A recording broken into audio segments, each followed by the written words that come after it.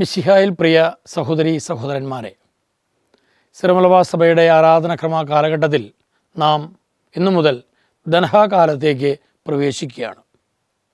ദനഹ എന്ന വാക്കിൻ്റെ അർത്ഥം വെളിപ്പെടുത്തൽ, പ്രത്യക്ഷീകരണം എന്നൊക്കെയാണ്. ഗ്രീക്ക് ഭാഷയിലെ എപ്പിഫനി എന്ന പദവും ഇതുമായിട്ട് ചേർന്ന് പോകുന്ന വാക്കുകളാണ്. ദനഹ, എപ്പിഫനി. പൊതുവായിട്ട് നമ്മൾ ഈ രണ്ട് വാക്കുകളുമാണ് സൂചിപ്പിക്കുക. പൗരസ്ത്യ പാരമ്പര്യത്തിലും പാശ്ചാത്യ പാരമ്പര്യത്തിലും എപ്പിഫനി എന്ന പ്രയോഗം ഉണ്ടെങ്കിലും രണ്ട് പാരമ്പര്യത്തിലും ഈ പ്രയോഗത്തിൻ്റെ അർത്ഥം വ്യത്യസ്തമാണ്. പൗരസ്ത്യ പാരമ്പര്യത്തിൽ ദനഹ, എപ്പിഫനി എന്നൊക്കെ പറയുന്നത് ഈശോയുടെ മാമോദിസായുടെ ഓർമ്മയാണ്. യോർദാൻ നദിയിൽ ഈശോ മാമോദിസ സ്വീകരിച്ചപ്പോൾ ആ മഹനീയ രഹസ്യം, തൃത്വാത്മക രഹസ്യം വെളിപ്പെട്ടതിൻ്റെ കൂടെ ഓർമ്മയാണ് ദനഹായിൽ നമ്മൾ ആഘോഷിക്കുക. നേരെ മറിച്ച് ലത്തീൻ പാരമ്പര്യത്തിൽ അല്ലെങ്കിൽ പാശ്ചാത്യ പാരമ്പര്യത്തിൽ എപ്പിഫനി എന്ന് പറയുമ്പോൾ പൂജാ രാജാക്കന്മാരുടെ ഈശോയുടെ അടുത്തുള്ള വരവും സന്ദർശനവും കാണിക്ക വെക്കലുമൊക്കെയാണ്. സിറമലബാർ സഭയിൽ ദനഹ തിരുനാൾ വളരെ വിപുലമായി ആചരിച്ചിരുന്ന ഒരു തിരുനാളായിരുന്നു. കേരളത്തിൻ്റെ വടക്കൻ ഭാഗങ്ങളിൽ, അതായത് ഇന്നത്തെ തൃശ്ശൂർ, എറണാകുളമൊക്കെ അടങ്ങുന്ന ഭാഗങ്ങളിൽ വാഴപ്പിണ്ടിമേൽ തിരികൾ കുത്തി അതിനു ചുറ്റും നൃത്തം ചെയ്ത് ദൈവമേ നീ പ്രകാശമാകുന്നു എൽ പയ്യ എന്ന് സുറിയാനിയിൽ പാടി ആഘോഷിച്ചിരുന്ന ഒരു തിരുനാളും, തിരുവിതാംകൂറിലേക്ക് പോകുമ്പോൾ 5-ാം തീയതി വൈകുന്നേരം എല്ലാവരും അടുത്തുള്ള കുളങ്ങളിലോ പുഴയിലോ പോയി മുങ്ങിക്കുളിച്ച് ഈശോയുടെ മാമോദിസായെ ഓർമ്മിക്കുന്ന രാക്കുളി പെരുന്നാളെന്നും ആണ് ഈ ദനഹ തിരുനാൾ അറിയപ്പെട്ടിരുന്നത്. ദനഹായുടെ കാലഘട്ടം 6 മുതൽ 8 വരെയുള്ള ആഴ്ചകളാണ്. ചിലപ്പോഴൊക്കെ അത് 5 ആഴ്ചയായിട്ടും വരാം. അതെല്ലാം വലിയ നോമ്പ് തുടങ്ങുന്നതിനെ ആശ്രയിച്ചിരിക്കും. ഈ വർഷം ദനഹ കാലത്ത് 8 ആഴ്ചകളുണ്ട്. അത് വളരെ ചുരുക്കമായിട്ട് സംഭവിക്കുന്ന ഒന്നാണ്. കാരണം ഉയിർപ്പ് തിരുനാൾ നീണ്ടുപോകുന്നത് കൊണ്ട് ദനഹാകാലത്തിലാണ് ആഴ്ചകൾ കൂടുക. അപ്പോൾ ഈ വർഷം 8 ആഴ്ചകൾ ദനഹാകാലത്തിലുണ്ടാകും. ഈശോയുടെ പ്രത്യക്ഷവൽക്കരണവും മാമോദിസായും പരസ്യജീവിതവും ഒക്കെ ഈ കാലഘട്ടത്തിലെ ആശയങ്ങളും ഈ കാലഘട്ടത്തിലെ വായനകളൊക്കെ അതുമായി ബന്ധപ്പെട്ടതാണെന്ന് നമ്മൾ മനസ്സിലാക്കേണ്ടതുണ്ട്. പൗരസ്ത്യ പാരമ്പര്യങ്ങളിൽ, പ്രത്യേകിച്ച് സുറിയാനി പാരമ്പര്യത്തിൽ ദനഹ തിരുനാളിൻ്റെ അന്ന് മാമോദിസ തൊട്ടിയിൽ വെള്ളം നിറച്ച് അതിൽ സ്ലീവ ഇറക്കി ഈശോയുടെ മാമോദിസായെയും അതുപോലെ തന്നെ ശുദ്ധീകരിച്ച ജലത്തെയും പ്രതിദാനം ചെയ്യുന്ന കർമ്മങ്ങൾ ഉണ്ടായിരുന്നു. ഇന്നത് നിന്നുപോയി എന്നത് സത്യമാണെങ്കിലും വളരെ അർത്ഥവത്തായ ഒരു ക്രമമായിരുന്നു പൗരസ്ത്യ സുറിയാനി പാരമ്പര്യത്തിൽ ഉണ്ടായിരുന്നത്.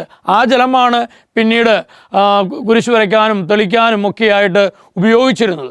അപ്പോൾ തീർച്ചയായിട്ടും ഈ ദനഹ തിരുനാൾ ഈശോയുടെ മാമോദിസയുമായിട്ട് ചേർന്ന് പോകുന്നതാണ്, അല്ലെങ്കിൽ ഈശോയുടെ മാമോദിസായുടെ ഓർമ്മയാണ് നമ്മൾ ആചരിക്കുക. ആ ഒരു ചൈതന്യം ഉൾക്കൊണ്ടുകൊണ്ട് നമ്മളെല്ലാവരും നവീകരിക്കപ്പെട്ട് പരിശുദ്ധ തൃത്വത്തിൽ ജീവിക്കേണ്ട വ്യക്തികളാണെന്ന് നമ്മെ ഓർമ്മപ്പെടുത്തുകയാണ് ഈ ദനഹ തിരുനാൾ. പിണ്ടികുത്തി തിരുനാളായും രാക്കുളി തിരുനാളുമായും നമ്മുടെ നാടുകൾ ആചരിച്ചിരുന്ന ഈ ദനഹ നമ്മെ സംബന്ധിച്ചിടത്തോളം, നമ്മുടെ വ്യക്തി ജീവിതത്തെ സംബന്ധിച്ചിടത്തോളം, സഭാത്മക ജീവിതത്തെ സംബന്ധിച്ചിടത്തോളം അത് നമ്മിലൂടെ ക്രിസ്തുവിനെ മറ്റുള്ളവർക്ക് കാണിച്ചു കൊടുക്കുവാനും കൂടെയുള്ള ഒരു ആഹ്വാനമാണ് നമുക്ക് നൽകുക. ക്രിസ്തു യോർദാൻ നദിയിൽ മാമോദിസ മുങ്ങിയപ്പോൾ സ്വർഗം തുറന്ന് പിതാവായ ദൈവം ഇവന് ഞാൻ സംപ്രീതനായിരിക്കുന്നു എന്ന് പറഞ്ഞ് ലോകത്തിന് വെളിപ്പെടുത്തിയതുപോലെ മാമോദിസ സ്വീകരിച്ച, തൈലാഭിഷേകം സ്വീകരിച്ച, വിശുദ്ധ കുർബാന സ്വീകരിച്ച നമ്മൾ യേശുവിനെ ഉൾക്കൊണ്ടുകൊണ്ട് യേശുവിനെ മറ്റുള്ളവർക്ക് പ്രത്യക്ഷീകരിക്കേണ്ടുന്ന, വെളിപ്പെടുത്തേണ്ടുന്ന ഒരു വലിയ ദൗത്യമാണ് ഈ ദനഹ തിരുനാൾ നമ്മെ ഓർമ്മപ്പെടുത്തുക. സ്നേഹമുള്ളവരെ, ഈ ദനഹ കാലഘട്ടത്തിലൂടെ നാം കടന്നു പോകുമ്പോൾ ഈശോ നമുക്ക് കാണിച്ചു തരുന്ന വലിയ മാതൃക അത് നിയമത്തിൻ്റെ പൂർത്തീകരണമാണ്. യോഹന്നാൻ്റെ അടുത്തേക്ക് മാമോദിസ സ്വീകരിക്കാനായിട്ട് ഈശോ ചെന്നപ്പോൾ യോഹന്നാൻ പറഞ്ഞു, എൻ്റെ അടുത്തേക്ക് വരരുത്, ഞാൻ നിനക്ക് മാമോദിസ തരാൻ യോഗ്യനല്ല. അപ്പോൾ കർത്താവ് പറഞ്ഞത്, എല്ലാ നിയമവും അനുസരിക്കാൻ, എല്ലാ നിയമവും പൂർത്തിയാക്കാൻ വേണ്ടിയാണ് ഞാൻ വന്നിരിക്കുന്നത്. അപ്പോൾ തീർച്ചയായിട്ടും ഇന്ന് നിയമത്തിൻ്റെ പൂർത്തീകരണം എന്ന് പറയുമ്പോൾ, നിയമത്തെ അനുസരിക്കുക എന്നൊക്കെ പറയുമ്പോൾ എല്ലാവർക്കും അസ്വസ്ഥതയാണ്. ക്രിസ്തു നമുക്ക് കാണിച്ചു തരുന്നത് ആ തിരുവചനങ്ങളുടെ, സമൂഹത്തിൻ്റെ നിയമങ്ങളുടെ പൂർത്തീകരണം നമ്മൾ ഓരോരുത്തരിലൂടെയും നടക്കണമെന്നുള്ളതാണ്. അതിന് തീർച്ചയായിട്ടും ഒരു അനുസരണത്തിൻ്റെ മനോഭാവം നമ്മുടെ ഓരോരുത്തരുടെയും ജീവിതത്തിലുണ്ടാകണം.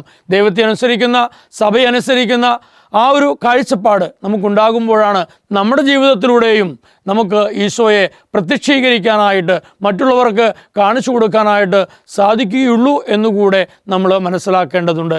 നമ്മുടെ ഭവനങ്ങളിലും നമുക്ക് പിണ്ടികുത്തി കർത്താവ് ലോകത്തിൻ്റെ പ്രകാശമാകുന്നു എന്ന് കാണിച്ചു കൊടുക്കാം. അതുപോലെ തന്നെ നമ്മുടെ ജീവിതം കൊണ്ട്, നമ്മുടെ മനസ്സുകൊണ്ട്, നമ്മുടെ പ്രവൃത്തികൾ കൊണ്ട്, നമ്മുടെ ചിന്തകൾ കൊണ്ട് യേശു പ്രകാശമാകുന്നുവെന്ന് ഈ ലോകത്തിന് കാണിച്ചു കൊടുക്കാൻ സഭ നമ്മെ ഓർമ്മപ്പെടുത്തുകയാണ് ഈ ദനഹാകാലത്തിലൂടെ. ഈ 8 ആഴ്ചകൾ നമുക്ക് വരാനിരിക്കുന്ന ആ വലിയ തിരുനാളിൻ്റെ ഒരു ഒരുക്കം കൂടെയായിട്ട് നമ്മൾ കാണേണ്ടിയിരിക്കുന്നു. നോമ്പുകാലത്തേക്ക് നമ്മൾ പ്രവേശിക്കുകയാണ് ചെയ്യുക. ഈ ദനഹാകാലത്തിൻ്റെ അവസാന ഘട്ടങ്ങളിൽ നാം 3 നോമ്പ് ആചരിക്കുന്നുണ്ട്. 3 നോമ്പ് യഥാർത്ഥത്തിൽ യോനായുടെ നിനവേ നഗരത്തിലേക്കുള്ള യാത്രയെയും മത്സ്യത്തിൻ്റെ ഉള്ളിൽ പോയതിനെയും ഒക്കെ സൂചിപ്പിക്കുന്നുവെങ്കിൽ അത് വലിയ നോമ്പിലേക്കുള്ള ഒരു പ്രവേശനം കൂടെയാണ്. ആ ഒരു പ്രവേശനത്തിലുള്ള ഒരുക്കം കൂടെയാണ്. ഈ ദനഹാകാലത്തിൻ്റെ അവസാനത്തെ വെള്ളിയാഴ്ചയാണ് നമ്മളുടെ സഭയുടെ ഔദ്യോഗികമായ ആരാധനക്രമ രീതി അനുസരിച്ച് മരിച്ചവരെ നമ്മൾ ഓർക്കുക. അപ്പോൾ ഈ കാലഘട്ടം അതിൻ്റെ പൂർണ്ണതയിൽ, അതിൻ്റെ ചൈതന്യം ഉൾക്കൊണ്ടുകൊണ്ട് ക്രിസ്തുവിനെ മറ്റുള്ളവർക്ക് പ്രത്യക്ഷീകരിക്കാൻ, കാണിച്ചു കൊടുക്കാൻ നമുക്ക് പരിശ്രമിക്കാം. എല്ലാവർക്കും ദനഹാ തിരുനാളിൻ്റെ മംഗളങ്ങളും ആശംസകളും നേരുന്നു. ദൈവം നമ്മെ അനുഗ്രഹിക്കട്ടെ.